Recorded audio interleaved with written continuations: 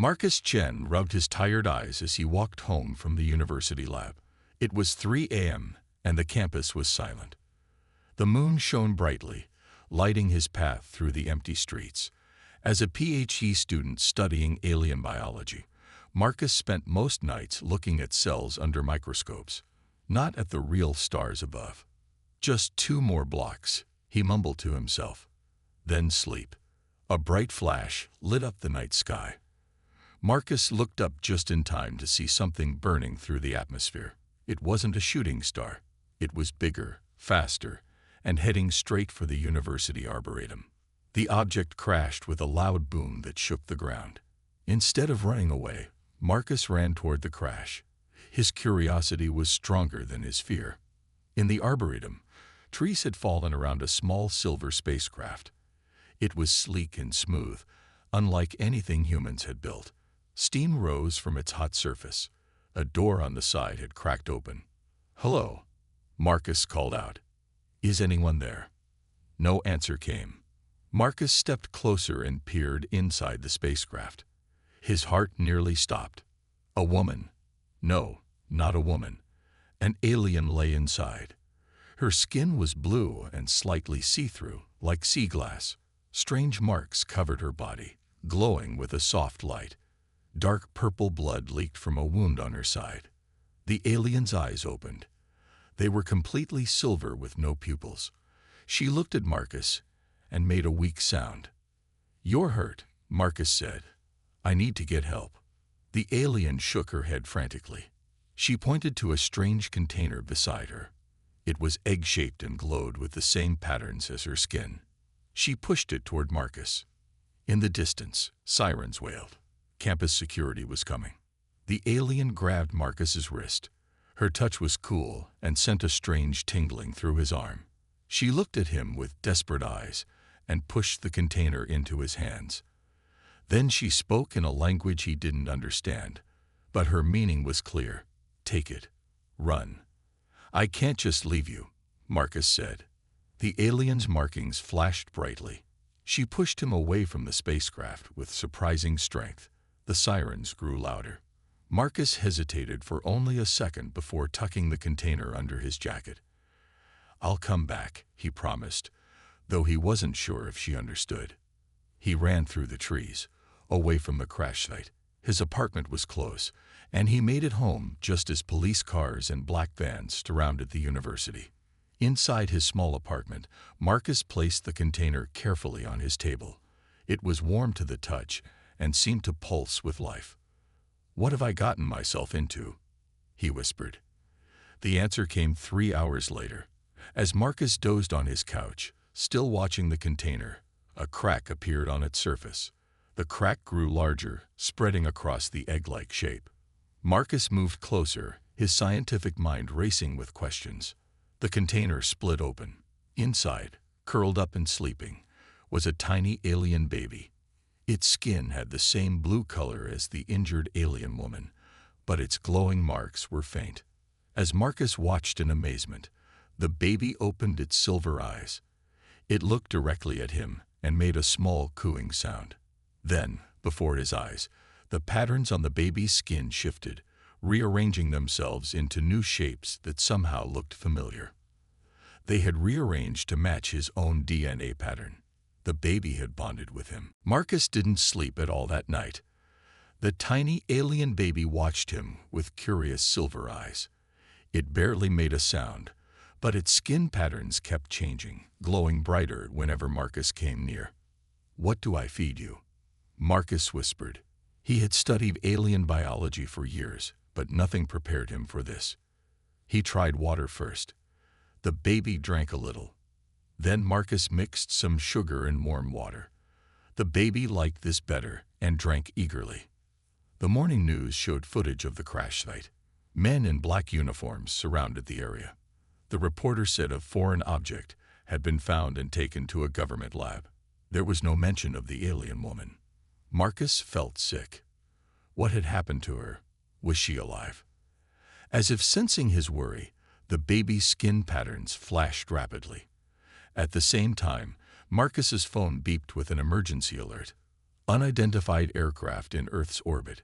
All citizens should report any unusual sightings immediately. Marcus looked out his window. Black ships hung in the sky, barely visible, but definitely there. "They're looking for you," he told the baby. The baby's skin flashed again, and suddenly Marcus understood. The patterns were giving off some kind of signal. That's how they would find them. Using his knowledge of biology and some basic equipment from his home lab, Marcus created a simple dampening field. He placed it around the baby's makeshift bed, a drawer lined with soft towels. "This should hide your signals," he explained, though he knew the baby couldn't understand. "I'm going to call you Nova. It means new star." Nova watched him work, eyes following his every move. For a baby, Nova seemed incredibly smart, already trying to mimic Marcus's hand movements. Later that day, Marcus heard heavy boots in the hallway of his apartment building. Looking through the peephole, he saw men in dark uniforms going door to door. The same men from the crash site. "Stay quiet," he whispered to Nova, covering the drawer with a thin cloth so the baby could still breathe. 3 loud knocks rattled his door. "Government inspection," a gruff voice announced. "Open up." Marcus took a deep breath and opened the door. 2 tall men pushed past him. "We're searching all homes in this area," one said. "Security matter." They looked through everything: closets, cabinets, under the bed. One man carried a strange device that beeped softly. "What's that?" Marcus asked, trying to sound casual. "Energy detector," the man grunted. "Nothing you need to worry about." The detector beeped faster as they approached Nova's drawer. Marcus's heart pounded, but then the beeping slowed. His dampening field was working. "What's in the drawer?" one man asked. "Just some lab notes," Marcus said. "I'm a student at the university." The man opened the drawer slightly, saw the papers Marcus had placed on top as a second layer of protection, and closed it again. "Clear," he told his partner. "Let's try the next apartment." After they left, Marcus collapsed into a chair, shaking with relief. He gently removed the cloth covering Nova. "That was close," he whispered. Nova's skin patterns had dimmed during the inspection, but now glowed brightly again. Marcus turned on his computer and searched the university database for any information about aliens with translucent blue skin and glowing patterns. After hours of searching, he found something. "Luminary," he read aloud. "Advanced species known for biological technology and strict royal hierarchy." Nova's patterns flashed in response to the word. "You're a luminary," Marcus said. "But why are they hunting you? And why did that woman give you to me?" He knew one thing for certain: they would come back with better technology. The dampening field wouldn't fool them forever. They needed to run. Marcus packed a small bag with only the most important things: food for Nova, some clothes, and his research notes. They needed to leave soon, but where would they go? A knock at the door made Marcus freeze. It wasn't the heavy pounding of the government men. It was softer, but still urgent. "Marcus, it's Dr. Vasquez. I need to speak with you." Dr. Eliana Vasquez was Marcus's academic advisor at the university. Why was she here? Marcus hid Nova in the bathroom before opening the door. "Dr. Vasquez, this isn't a good time," Marcus started to say. The woman pushed past him and closed the door quickly. "Where is the child?" she asked in a low voice. Marcus's blood ran cold. "I don't know what you're talking about." Dr. Vasquez sighed. "I know you have the luminary hair, Marcus. I'm not here to take Nova away. I'm here to help." Marcus stared at her in shock. "How do you know that name?" "I just named the baby yesterday." "Because I'm not just a professor," Dr. Vasquez said. She pulled out a small device and pressed a button. A holographic symbol appeared, the same pattern that sometimes formed on Nova's skin. "I am the human ambassador to the Luminary Confederation." Marcus sat down hard on a chair. "There's an ambassador.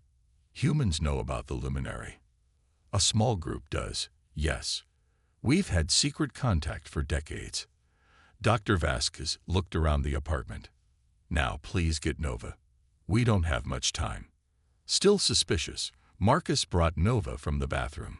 The moment Nova saw Dr. Vasquez, the baby's skin patterns changed to match the holographic symbol. Nova recognizes the royal seal, Dr. Vasquez said with a slight smile. Good. Listen carefully, Marcus. The alien you found was Princess Lyra of the Luminary royal family. She was fleeing a coup on her homeworld. Is she alive? Marcus asked. Dr. Vasquez shook her head sadly. No, she died shortly after being captured. But before her ship crashed, she activated an emergency protocol. She transferred Nova's genetic guardian status to the first compatible being who would help. You. What does that mean? It means, Dr. Vasquez said, that by luminary law, you are now Nova's parent. Those patterns on Nova's skin that match your DNA, that's a biological bond. It's permanent. Marcus looked down at Nova.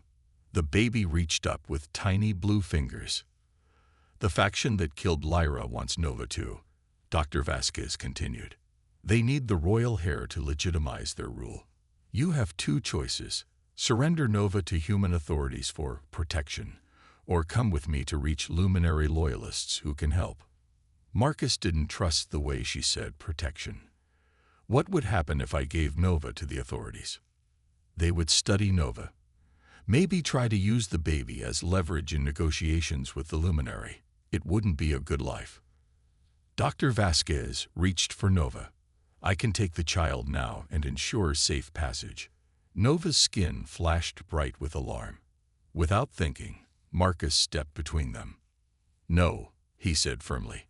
If I'm Nova's guardian, then Nova stays with me. Wherever we go together. Dr. Vasquez studied his face for a moment, then nodded. Very well, but we must leave Earth immediately.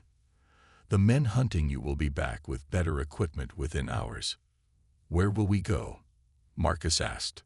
To find what's left of the Luminary Royal Guard, she answered, and hope they accept a human as the guardian of their future ruler. We have 30 minutes at most, Dr. Vasquez said, checking a small device on her wrist. Grab only what you absolutely need. Marcus quickly packed a bag with clothes and his research notes. He wrapped Nova in a soft blanket.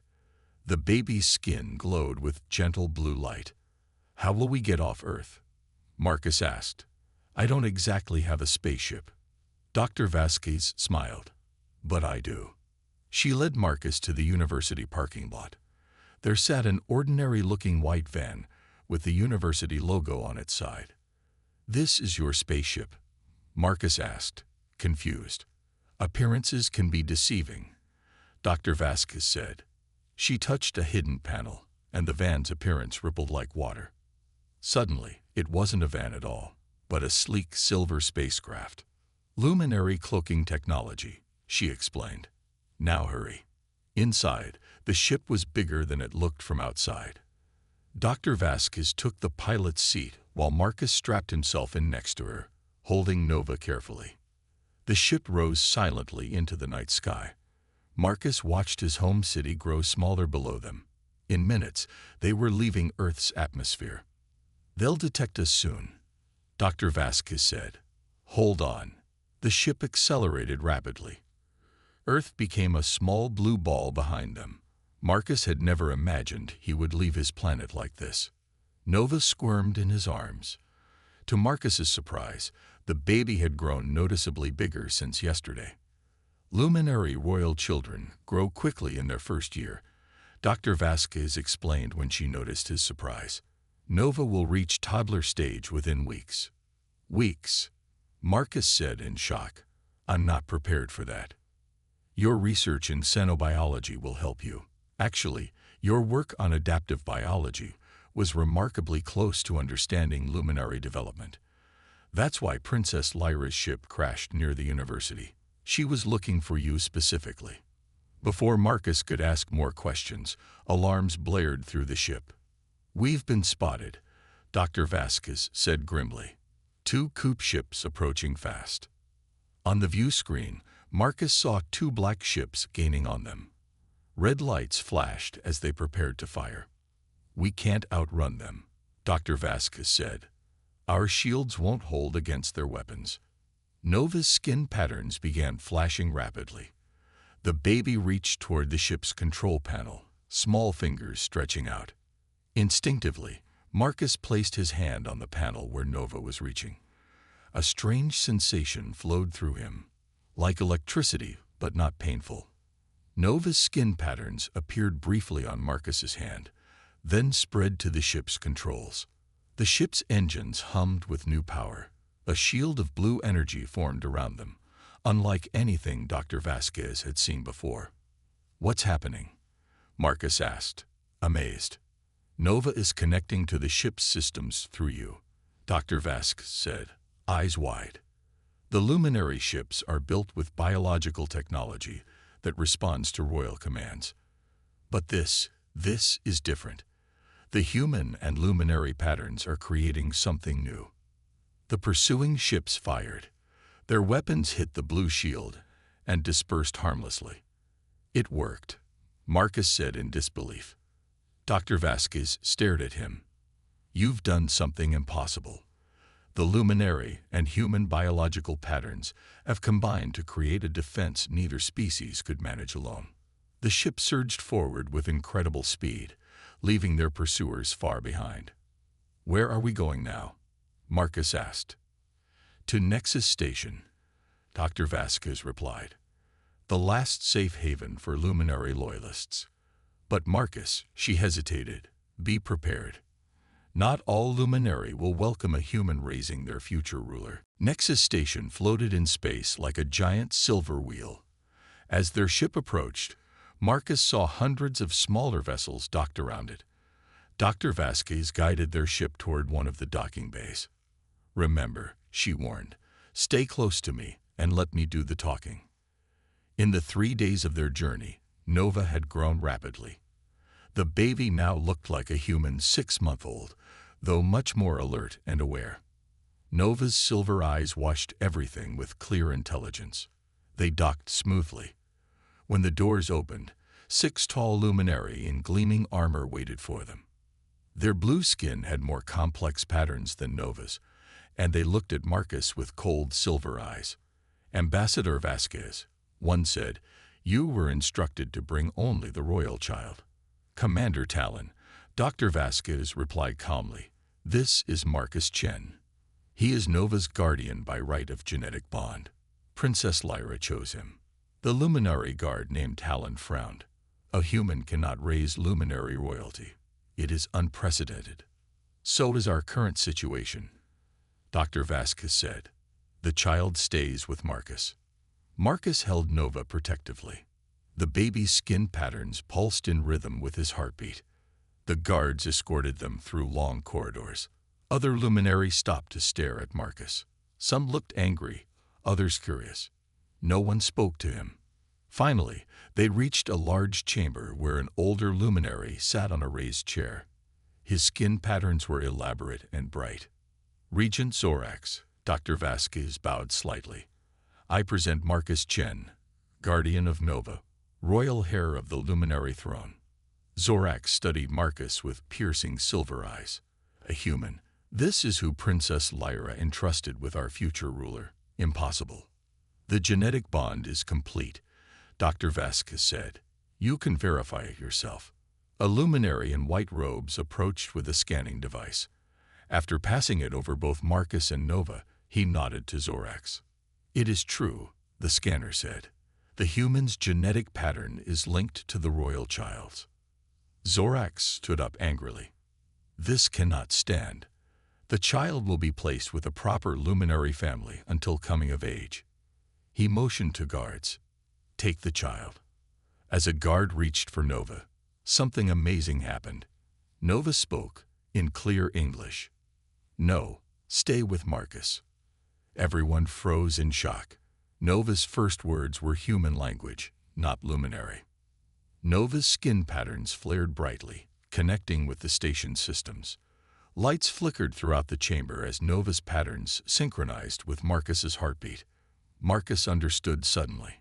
Your biological technology responds to emotional bonds as well as genetic ones, he said. That's why Nova can control it through me. He stepped forward. I've studied xenobiology for years. My research focused on how different species adapt to each other. That's why Princess Lyra chose me. Marcus looked Zorax in the eye. Separating us would harm Nova's development. The bond we share isn't just genetic, it's emotional.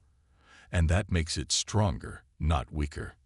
The scanner in white robes whispered to Zorax, who looked troubled. Is this true? Zorax asked the scanner.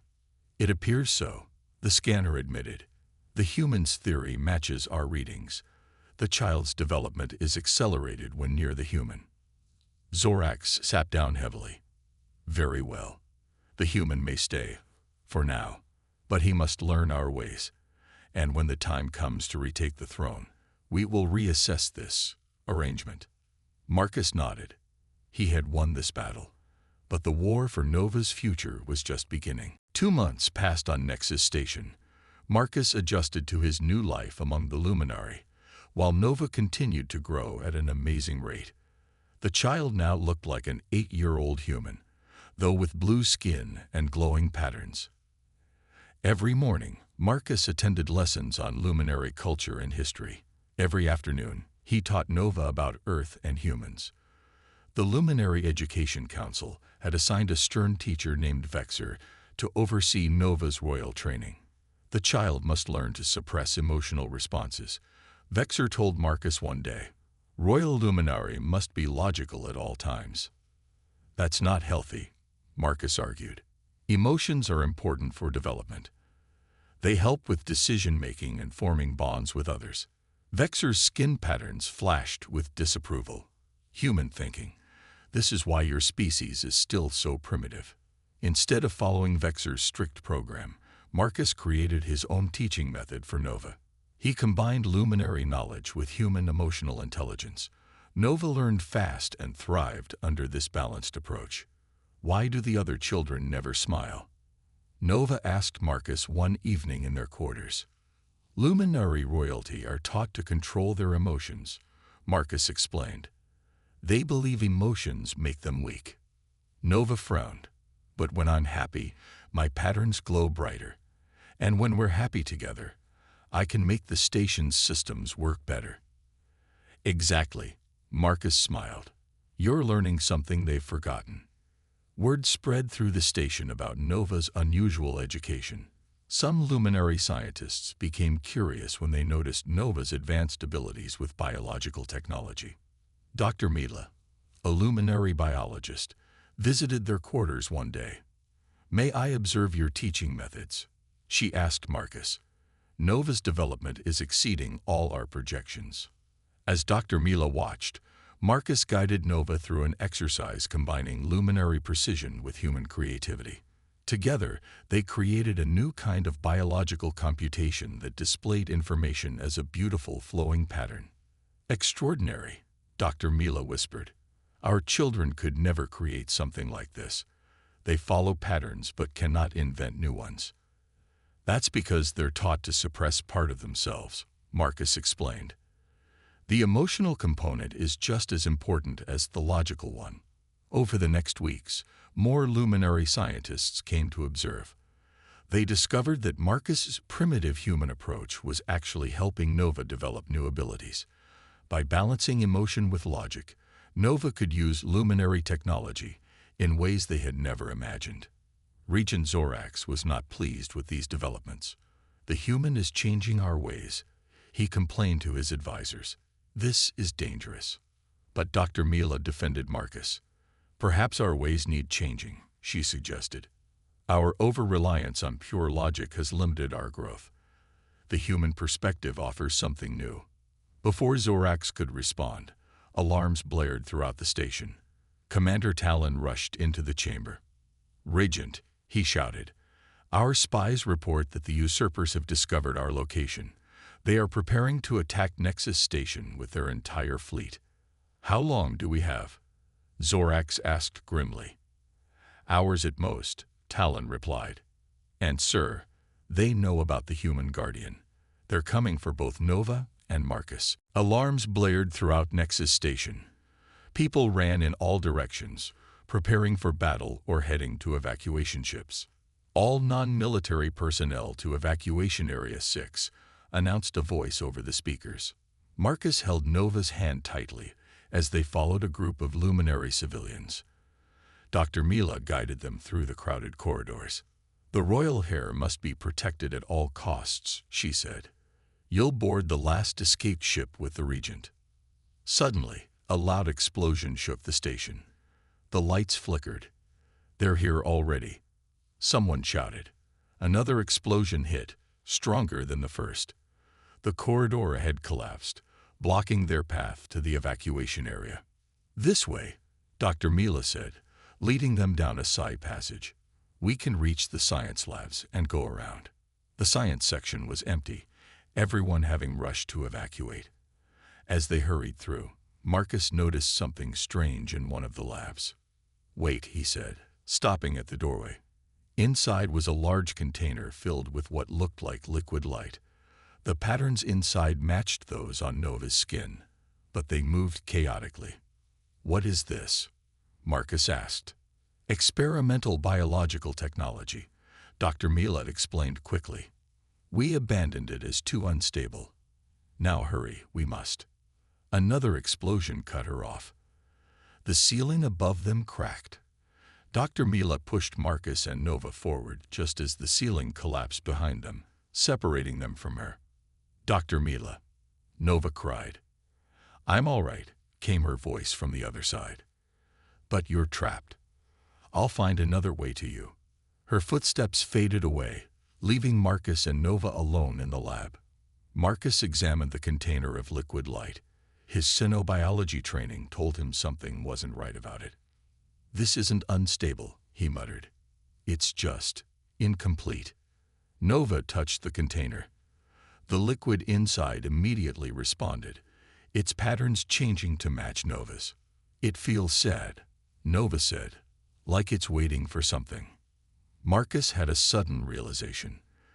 The luminary removed emotion from their technology, just like they try to remove it from themselves. But their biological technology needs both logic and emotion to work properly. More explosions rocked the station. The lab door slid open, and armed luminary soldiers in unfamiliar uniforms entered. These were the usurpers, the enemies who had killed Nova's mother. "There they are," the leader shouted. "Capture the child and the human." Without thinking, Marcus placed his hand on the container next to Nova's. He focused on his feelings, his love for Nova, his determination to protect her, his hope for their future. The liquid light surged up, engulfing both their hands without harming them. It spread throughout the room, forming a glowing shield between them and the soldiers. The soldiers fired their weapons, but the shield absorbed the energy. "Cover your eyes, Nova," Marcus said. The shield pulsed once, then released a wave of energy that knocked the soldiers unconscious without harming them. Nova looked up at Marcus in wonder. "You didn't hurt them." "No," Marcus said. "That's another human lesson. Just because you can harm someone doesn't mean you should." The lead soldier groaned, regaining consciousness. He stared at them with fear and confusion. "Why didn't you kill us?" he asked weakly. "We would have killed you." "Because that's not what parents teach their children," Marcus replied, holding Nova close.